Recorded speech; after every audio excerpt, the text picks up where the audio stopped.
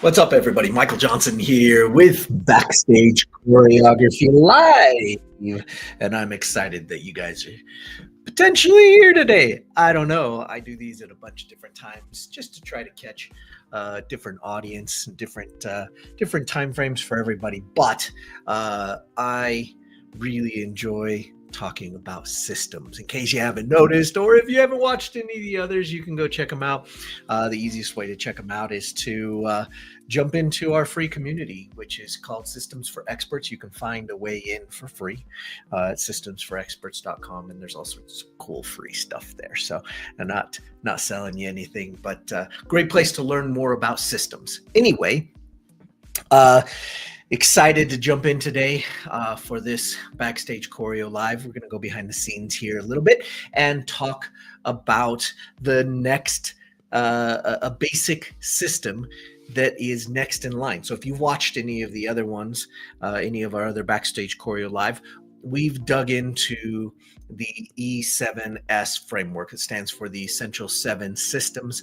And we've started in with two of the systems already. We started with the Attraction Choreography System and the Nurture Choreography System. And we just built out some basic systems. So if you want to check those out, you can go back and check those out. Anywhere. If you're watching this on YouTube, you can go back and look at those on YouTube. If you want to join the community, you can join the community. If you want to go back in the feed, if you're watching this maybe on Facebook or LinkedIn, you can see some of the other ones. But today we're going to jump into the next one of the 7.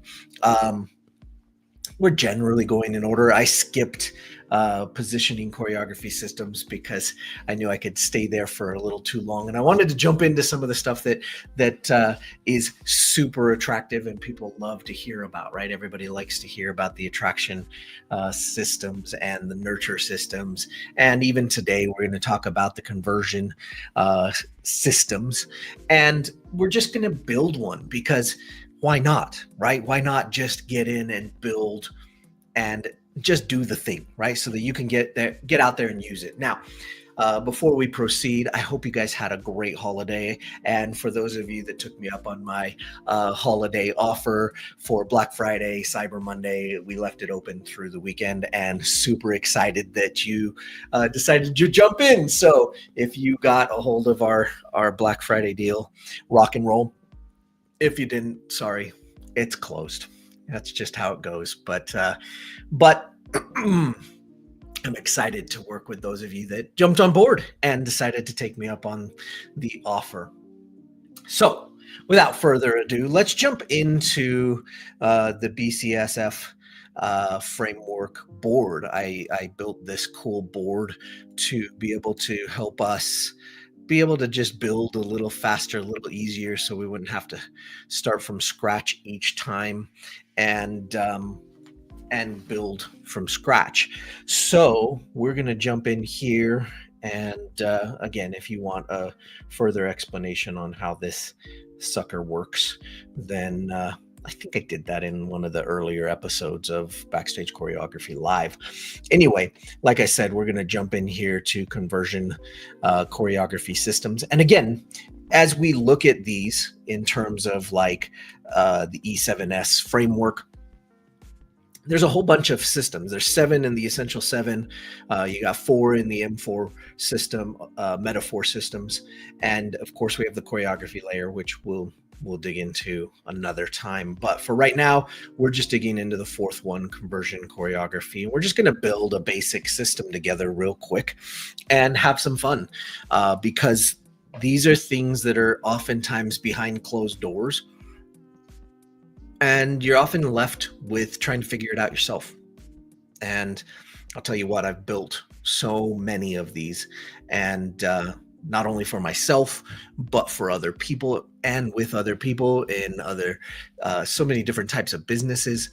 This is such an important skill to have, right? So I hope that you'll learn this along the way. Now, I already kind of cheated and got ahead and put in some of the things I knew we were going to need just so that I could spend some more time talking to you about it.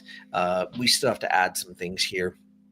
But generally speaking, when we start talking about conversion, we're talking about how to convert a lead, which we talked about up here in the nurture choreography system, right? We've got them in as a lead. We started to nurture them, and now we need some way to convert them or con- that's what conversion stands for, right? Obviously, we're going to try to convert them to a buyer, somebody that did the ever so challenging thing of reaching their hand in their pocket and pulling out their wallet and taking the credit card out and typing the numbers in. And that moment right there, don't underestimate the challenge of doing that. Whether your thing is $1 or whether your thing is $10,000, there's that moment where they have to put their hand in the pocket, pull out the credit card and or debit card and or go to do the wire transfer, whatever it is that you're doing. There's a moment that they have to get over and you have to help them get over. So we're just going to build a nice, easy, basic one. Now, if you've been around, you remember that this symbol stands for a landing page. So we're just going to call that our funnel, right? And funnel is just the fancy cool term that came about 8 years ago, and it was made popular. It's basically just a landing page, right? So I just put this cool little funnel in the inside of it. And sometimes we use a landing page to get a lead, right? And sometimes we use a landing page to convert our potential lead into a client, an actual buyer. Now, we're going to talk about a front end offer. And so you notice I put this little diamond in here with money in it. And that's because we have a few offers, right? We can have a regular offer, which might not have any money. It might not be paid. You might have a paid offer, and that's when we put the little $sign in it. And then you might have a free offer. Oh, I did those reverse. You have the free offer. Obviously, you have the $sign there. And we can just use an offer symbol if we don't know whether it's paid or free or whatever we're doing with it, right? So I just have a few symbols in there that we can use. Right now, we're going to do a paid offer. Now, what is that paid offer? Well, if we're talking front end, right, you have a lot of different types of offer, free offers, front end offers, and you have your core offer, and you have maybe a high ticket offer. And those are the 4 different basic types of offers that you want to have. And ultimately, you should have all of them. So let's get real. You need to have each of them. You need to have something that's free for your leads and to get leads in the door. You need to have something that's front end to get them able to pull out their wallet and say, yeah, I'm going to take action. And they might actually turn into a hot buyer from that point. And that's where you get a much more complex funnel system and or path, customer journey for them. And then you might have a core offer, which is going to be more mid-tier, mid pricing, right? For whatever your thing is. And I don't know what your thing is, so I have to kind of be vague in that regard. And then you might have high ticket. And again, I don't know what high ticket is for your people, but I do know that generally speaking, I mean, this is a gross generalization because obviously if you're selling private jets, then that's much different than if you're selling maybe watches, right? And there are different levels of watches, right? You could buy a Walmart watch, or you could buy a watch that costs more than your neighbor's house, right? So you have a lot of different types of offers, but generally speaking, a front end offer, a core offer, and a high ticket offer are going to be in a certain range. And again, like I said, you have to actually look at your market, your niche of people, and say, okay, what is the price range for this, and what would be my tiers? So let's go with a general front end kind of pricing. And a general front end could be anything from $1, because getting somebody to pull out their wallet for $1 actually takes about as much work as getting them to take out their wallet for $50 and for $100, and maybe all the way up to $4.99, give or take. And again, it's really dependent upon your industry and your clientele. So a very general thing, and you probably just saw a lot of this on Cyber Monday, and you probably saw a lot of it on Black Friday. any online offers, not necessarily e-commerce type offers, but any online type offers were probably twofold. One, if you were a warm lead inside somebody's world, they might have been giving you a warm offer, in which case they might be shooting to give you something that's in their core offering for a slightly less price, and maybe something down in the front end pricing, right, where maybe it was down at a $4.99 or less, whereas maybe it would normally cost in their core offer pricing, which might have been 500 or above, all the way up to maybe $5, $8, $10,000. And that's normal for a core offer, right? But for a front end offer, you're trying to keep it down in that place where really it's like, yeah, that's such a good price point for me to be at that maybe I should just go ahead and go with it, right? Just take advantage of that right now, since it's something I wanted. I'm already in their list. I've been looking to do it. Let me go ahead and pull the trigger, right? And so front end offers do that. Front end offers also serve as lead magnets. And so you can use those as a lead magnet. And sometimes that's a good way to go. Like if you're not sure whether or not to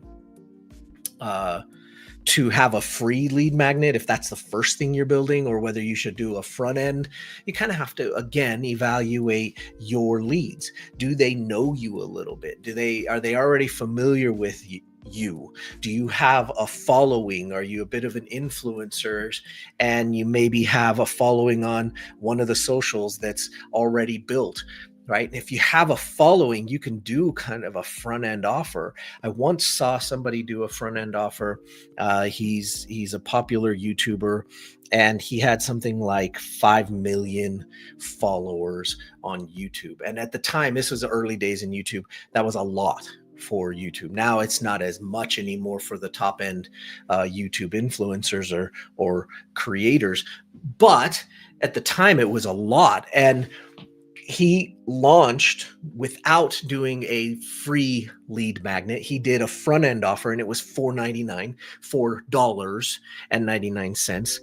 And you start doing the math on that. And, front end offers aren't necessarily supposed to make you money. They're supposed to help you break even. And if you can break even and sell them the next thing, then you have $1 million funnel. So front end offers are really great for helping you break even, which is kind of a weird thing to do or to say. But if you build a front end offer and you understand that you should have a core offer that you can make money on, you're basically turning somebody from a lead that you've nurtured into a buyer. And then you can either get them while the buying's hot, or now they've learned to take out their money and trust you. And so they might then move on to be a full purchaser. And at which point you've now paid for the lead or they've paid for the lead, right? And that's helped you break even. And now you can move on. So if we go back to that example of that one influencer, and he charged $4.99 for his front end offer, and it was a cool offer because of who he was and what he did. But if you look at what his following was on YouTube, he had 5 million followers.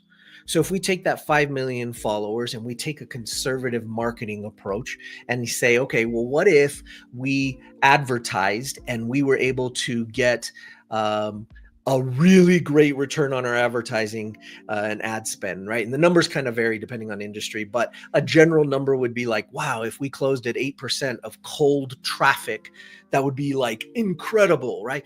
But if we closed at like 4%, that would be pretty decent. And if we closed at 1 or 2% at cold traffic, again, we're talking cold traffic if we're doing paid advertising, then that would be okay. And we'd want to try to get to 4 if we could. 3, 4%, 5% would be great for cold traffic. Now, these people will warm traffic, and they were already followers, but they were kind of cold because he had never really got them to pay him anything before. They were just consuming his free content. So they were followers and subscribers, right? So let's take, and I tell you those numbers so that we could take some numbers here and play with them. So if we put 5 million in and we say, okay, let's take let's just take a super conservative approach. These are warm followers, but not necessarily yet buyers. So we're going to treat them as cold, right? Cold traffic. So if we say 5 million times, and we're going to go point, let's just do 0.2. Oops, I did that. 5 million. Here we go. Times 0.02. So that's 2%. So if he was able to, with his front end offer, close 2%, then that would be 100,000 people. So if we go 100,000 people times 499, that's $499,000. Oh, did I tell you that his front end offer was a recurring offer? Meaning they were going to pay that $499 per month until they unsubscribed. So he essentially brought in close $499, so close to $500,000 in that first month. And I would assume there was going to be churn. Usually churn on stuff like that is 4 or 5 months, but still, let's say he got 4 months out of those clients. Well, let's say, or out of those first front end offer, and let's say he got 4 out of it. So we do 4, that's 1.996, 1.9 million. So almost $2 million in 4 months, right? Now that is unusual. So I don't want to say that that's normal. He had already done the work for years and years to build up his following. And that is the power of building up a following prior to offering something to them, right? Is that he had all these eyeballs, and then he could give them something at a front end offer, something small like this, and potentially make some great cash on it. Now, how long did his offer stay up and going? I don't know. I haven't checked to see if maybe it's still up and going today. Maybe there's still people following it today or subscribe to it today. I don't know. But the other thing is I didn't sign up for it. So he could have, if he had done it correctly, and I'm sure he did because he had some good people that were mentoring him, then he might have put in some good fulfillment, and he might have even put in a good upsell on it to his core offer. If he had a core offer, then that would be great, right? Because he would essentially have so much money, that $499,000 that he could have spent on building out that offer and the core offer that was next, and broke even. He could have done that. Now, it wouldn't have cost him that much, right? But I'm saying in theory, he could have spent that much to build a break-even offer like that, sold him the next offer, and it would have still made him millions of dollars. Right? So when we build front end offers, we're looking at it going, okay, well, what's the point? The point is a couple things. One, we want it to pay for itself. We want it to pay for the lead, because leads cost something. It costs something to acquire a customer, whether it's your time, your energy, or actual dollars out of your pocket. It still costs something to acquire a customer. That's our CAC, right? Cost to acquire a customer. And when we do that, if we can break even on that, long term, that's always going to make us money. As long as we have a core offer or a high ticket offer on the back end, then that's always going to make us money. So that's what we want to look at. So what we have here is we have a front end offer, which would include your paid offer, even if it was $1, $7, $49, $65. I've seen them all sorts of different price points, $27. You've probably bought one. It's very likely. And then it takes you to a thank you page. If it's just a basic front end offer, right? And you're going to maybe do the selling later on, because maybe you go back and you put in another piece of nurture choreography after this, and you nurture them to your core offer, or you nurture them to your high ticket offer. Or you could do like some of the fancier people, right? You come in here like this, and you add another upsell or downsell. Well, usually a downsell comes after an upsell. So you would potentially come in here and build a cool funnel system where you have an upsell that goes, hey, you just paid $27, but we're offering this free coaching session and it's only $299. and you get one-on-one coaching with me just because you took us up on our front end offer. It's a cool way to upsell, right? But we're just talking about a basic one. So since we're talking basic, we're just going to say, hey, let's get them to buy this front end offer, which honestly, there's so much value in just getting somebody to get a front end offer and testing your front end offer to see if it works. I have literally built for people this front end offer system where they had 2 or 3 upsales. They had some down sales off of the upsales that led back to the upsales. So they went front end offer, they went upsale, they said yes or no. If they said no, they went to a down sale. If they said yes, they went to a second upsale. And they wanted this crazy, and I've done this so many times, right? But they wanted this crazy upsale, down sale, follow up from a front end offer. And they wanted this whole system built out. And it's like, okay, well, that's what you paid me for. So we're going to build that.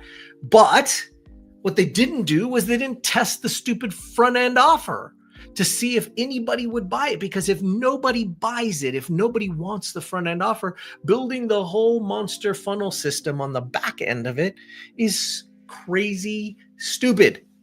Right? It's just dumb because you don't know that anybody's getting there. So let's just say I was able to dump 100,000 people into this front end offer. If 20,000 people didn't buy it, that's a 20% conversion rate. Then what good is it to have anything behind it? Because everybody was coming and saying no on the front end. Okay. Now, again, we're going back to if we got an 8% conversion rate, that would have been amazing on cold traffic, right? But 8% off of 100,000 people, if we just do the quick math there, is what? 8,000 people. So if you get 8,000 people to convert, that's really, really good on cold traffic. Then they're going to go to your upsale offer. And then they might go to your down sale and blah, blah, blah, blah, blah. And you're going to lose a percentage of those people as they go through. Now, there's a lot of numbers to be played in that, depending on how you're getting your traffic in. So again, let's revert. Let's come back to the idea of just a basic front end system. For most businesses, when you're starting to look at creating a front end offer, what you're looking at is, what do my people really want and what do they really need? That what could that front end offer be that they would be like, yeah, I'll pay $17 for that, or I'll pay $50 for that. Yeah, sure, absolutely. I've been wanting that. I've been following you. I've been on your nurture, in your nurture system, and you're offering me this cool front end. And they start to pull out their wallet and go, "Yep, I'm in." Right? You see front end offers like free book funnels, right? So free plus, they call them free plus book funnels, right? And that's where you get the book for free, but you pay for the shipping. So free plus shipping. And then on the next page, they upsell you to something else and they get a percentage of people that'll take it. But if nobody wants your front end thing, it doesn't matter how free it is, it's still no good, right? So what we want here in our basic front end offer system is we want a cool little funnel page that offers your front end offer at whatever small price point it is. You want to send them to a thank you page. And then we want to do the classic thing that we did with our attraction and with our nurture. We want to put a little automation in there that starts to send them emails. It's pretty simple. How many emails? The right amount for whatever it is you offered them, right? But you've got to get them to consume it. And one of the things I believe wholeheartedly is that you have to have a consumption sequence on whatever it is, whether it's your free opt-in and it's a free lead magnet. You still have to have a good consumption sequence because especially because it's free, they might not actually consume it. Then in your nurture choreography, you got to get them to consume it. That's also hard, right? But that's the goal. You're trying to get them to open your emails. You're trying to get them to consume the reason that they're in your world. But if they get a free front end offer and they pay for it, you would say, Michael, I would think that if somebody gave me $50, Michael, that they would actually consume the thing that they got. I'll tell you what, you are not immune from this, and neither am I. The number of times I've bought something, and again, there's a price point, right? There's a Sometimes it depends on your place in life and how much you're spending, right? Maybe $1,000 or lower, that you put it down and they call it scratching that itch. Oh, okay, I scratched that itch, it's gone, right? Don't have to worry about it. It's gone. It's gone. Now I don't have to worry about that itch anymore. Right. So a lot of times you buy the thing and then you go, I'm going to put that on my desk. I'm going to put that in my file. I'm going to download that thing. And then it's there and you have it and you got it. And then you're like, now I'm going to go do something else. And off you go. You go do something else. Right.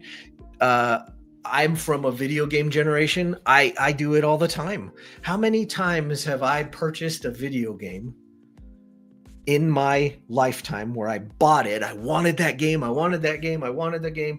I finally paid for the game, downloaded it or put it on or whatever. And then I was like, I'll play it later. Now I have it. And then maybe I got around to it. Maybe I didn't.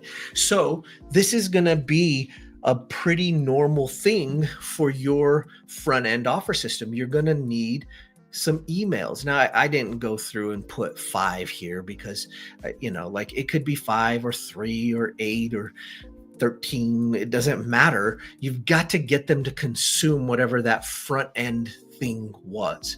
Now, if I had to give you a guess, I would say probably like 5 emails. That's a pretty decent guess. It's a pretty run-of-the-mill standard operating procedure, but it could be literally anything if you can get the job done.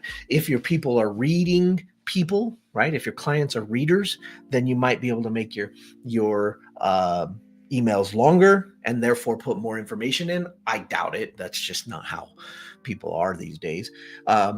But generally with shorter type emails, you're going to give them a confirmation email and then, 3 or 4 more to actually get them to consume the thing or tell them how to consume it and or to remind them that they even have it.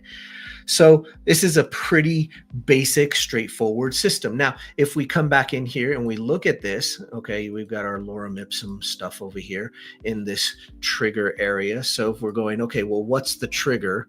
Well, in this particular instance, you got to decide, okay, where's this front end offer going to be and what would trigger this off? Well, obviously people coming into the funnel or into that landing page for that conversion is going to be the trigger. But let's just say social media, just to make it straightforward and easygoing, right? If we are going to look at the process that we're going to do, this is going to be a sales page.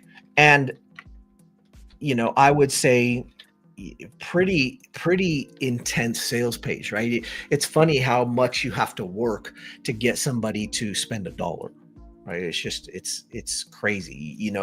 If you want some proof on that, go find a free plus book offer, right? Go find one of the classic marketers out there that's selling a book and find their book funnel that they're offering for free if you'll just pay for shipping, and then look at how long their page is.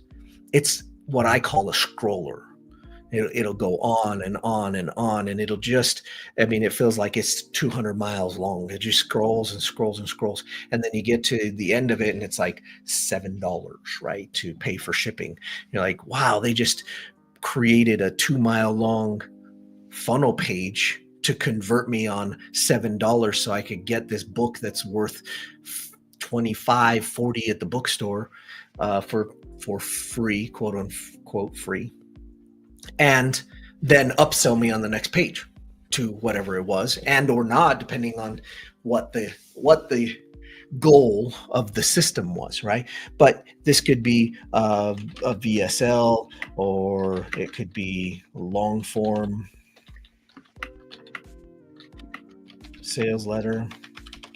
So pretty straightforward. And then from here, we know we have to go to a thank you page / confirmation because they bought something.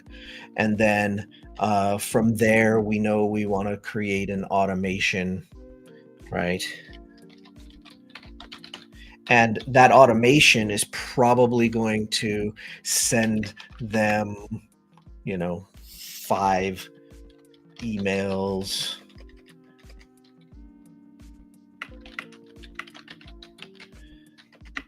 5 or so emails. We're not going to make that too specific because it's really up to you, right? And to the thing that you're doing.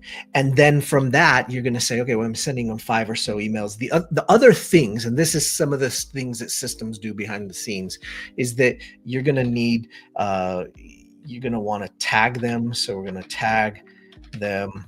We're going to, in our CRM, right? You want to tag them as what they just bought so that you can have an idea that they bought this thing. And then if you do a big promotion later on at the next event, right? The next Black Friday, it's Valentine's Day and we're doing a promotion for this thing. If they've already bought that front end offer, you want to be able to remove them from your tagging, right? So in a good CRM, like in Choreo Suite, like our CRM, our software, you can just go in and block out those tags. So anybody that has that front end tag, you wouldn't offer them that offer because it wouldn't make sense to them. Maybe you do a different offer for them. So, you definitely want to tag them. It's also a great way to be able to send to whoever got that specific offer. So you'll tag them, so some interesting things you can do in the automation. That's one basic thing that you should do. And then maybe move them to another automation, right? And an example of that would be here, right? Up here, we said, okay, we have an attraction choreography and we have a nurture choreography. And in the nurture choreo, or in the attraction choreography at the end of the consumption sequence, we automatically moved them to a different automation. Well, that happened to be this. We built those on 2 different days, but it's the nurture choreography. At the end of the nurture choreography, we might move them to a long-term sequence or a different sequence depending on what the goals were inside that nurture choreography. So when we look at this front end offer system, that might actually live in some of these emails in the nurture system. Last time we talked about a world building nurture system, which I kind of like the idea. I've always liked the idea. One of my colleagues the other day was telling me, you've always wanted to do that. You always like that idea. And I do. I love the idea of teaching somebody about your world and allowing them to gain a whole lot of value about who you are and what you do and why you do it and all that kind of stuff prior to having to pull the trigger. But having a front end offer in some of these emails that are in your world building system is a really good idea. And it doesn't have to be front end. It could be your core offer. It could be your high ticket offer. It could be some more of your lead magnets. So there's lots of things you can do in that nurture choreography. You notice, and I just kind of want to pause for just a second. You notice that as I talk about each one of these and we get deeper into each one of these, there's still callbacks to the one before. And that's so normal. And that's why building systems is challenging at times, because everybody wants to say, well, this is just my way of doing it. Well, it's not that. It's just that they have to be connected. And as an overall whole, all of these have their little tendrils connected, right? It's a whole thing in the background. So yes, this is a front end system, and understanding the basics of building a front end system makes a whole lot of sense, because then you can go, okay, well, if I've built this front end system, I might be able to then go back in and maybe connect it at the end of my attraction system, or connect it into my world building nurture system. Now, are these the only ones that would go in there? No, they're just one example. These are just this one system inside a whole concept of other systems that you can build, right? So pretty straightforward. And these are pretty easy. So we're just gonna stop it right there, right? And then obviously our outcome here that we're looking for, we have to go back and we go, okay, get them to pull out their wallet and buy something. I know that's like super like advanced, right? Like high tech, right? But it doesn't have to be anything more than that. And then earlier we were talking about proof, right? The proof is in, look at the conversion stats for this front end offer. And then, and I would put a little note here, find current stats of the day. And you know what? There's lots of people that are researchers and they love this stuff, right? They love finding the stats like this is what's normal right now. And honestly, it's a good idea, right? Because I could give you different stats for different things that are working and not working based on the time. But if I gave you stats on Facebook, like we were just kind of throwing around some stats earlier about cold traffic, that was so like last year, man. That's what my kids would say. That was so like last year, right? And it might not be now. And Facebook advertising is going through some serious changes because they're adding their AI in, and it's messing up everybody's ads. And so everybody's kind of reeling and trying to figure it out. And all the experts are saying this works and that works and this doesn't work anymore. And this is how it does work now and blah, blah, blah. Right. So this is pretty normal, but you should find the stats of the day. And nowadays, I think you also have AI. So you can actually just go into AI and ask and say, okay, what's the norm? And maybe you'll get a decent answer. I don't know if you will get a good answer or not. Use AI at your own, at your own risk. Anyway, we'll call that what it is, right? Call a duck a duck. Okay, so we're just gonna organize that just a little bit more. We're gonna put that in here, and this is just a basic, easy conversion system. Now, there are so many conversion type systems, right? We could talk about. We could actually go in more super granular, and we could talk about just how that page, this funnel page for your front end offer, we could talk about the system that we would go through in writing the copy for that front end page. But right now, I'm just trying to give you the overview of a front end offer system that is fitting inside the conversion choreography system. So this kind of gives you an idea. Let's just back out of here. We're going to grab this and we're just going to group it here. So we're going to just go like this, and I don't know, I just kind of dig being able to keep it all organized, right? So let's just put this backward. Oh, let's go all the way until we get everything. There we go. Okay, so then we're just going to do this to finish it all off. We'll group that together. We'll put that right there, and we're just going to make that nice and small so that it goes and fits right up there with everything else. All right, so that's a conversion, one teeny basic system, conversion choreography system, and it's not hard, right? You guys can do that. If I can do it, you can do it. And lots of people have done it. I've built so many of these before, and we can make them super complex, or you can just make it simple. And I think you should just make it simple. Right? And if we have to make it complex, okay, cool. Let's make it more complex as you go, but start with simple. And that's a good way to do it, right? We used to actually have a show called the KISS show, right? It was Keep It Stupid Simple. And this is a good way to do that. Just keep it simple. Right? Again, if you want to go back and learn about any of those others, you can go back and find those, whatever channel you're watching this on. And, or if you just don't want to miss any of them, I do these, we're going to do these more regularly. Then you could join the Systems for Experts community.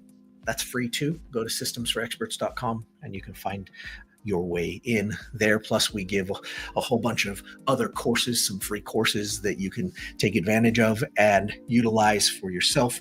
And go from there. If not, let me know in the comments if this was helpful, wherever you're watching this, and let me know if there's one of these systems that you're like, oh my gosh, I can't wait till you talk about that. Maybe I'll go out of order or something. I mean, I wasn't intending to go in order. It's just kind of happened like that. I just thought I'd jump on and build some systems with you guys. So hope you're enjoying it. Hoping you're loving the systems that we're building. As a side note, if you've made it this far and or you are watching and you're thinking, I don't want to hear more about this, then you can unsubscribe, unfollow, unlike, go away. It's all good because I'm going to be talking about this a lot in the coming days. So you're probably best just to move right along. And that's okay. You won't offend me. All right, guys. Rock and roll. I hope you have a great day. Until I see you next, keep on choreographing your business. Take care.